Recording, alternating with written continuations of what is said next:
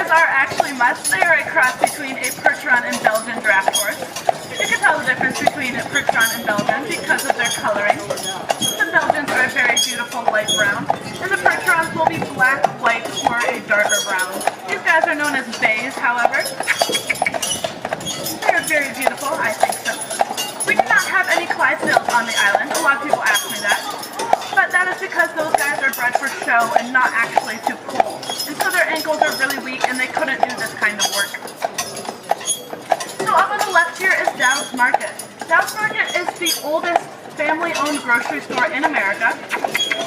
And it is one of the very few places that stays open during the off-season on the island. A lot of the places here on Main Street will close, but that does stay open.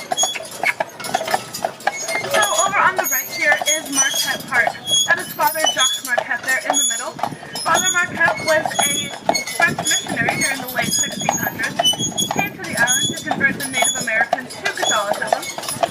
That statue was dedicated to him in 1909, but actually looks nothing like Father Marquette. We have no idea what he looked like, and so the man that was commissioned to build the statue decided he would find the most handsome man and just slap a beard on him, so he chose himself.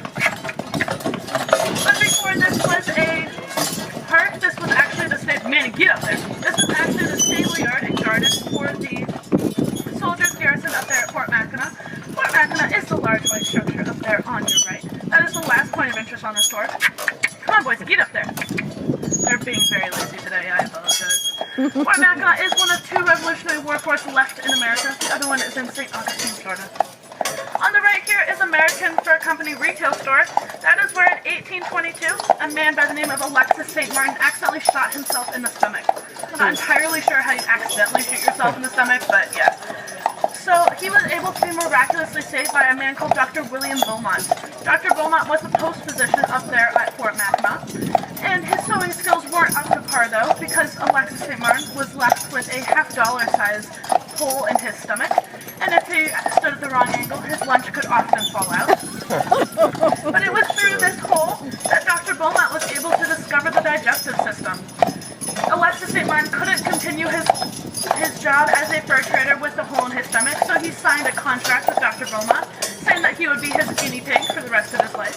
So Dr. Beaumont practiced over 250 experiments on the man, and was able to discover that it was enzymes and not muscles that digested our food. He would often tie pieces of food to string and dip them inside of his stomach and watch the enzymes digest them.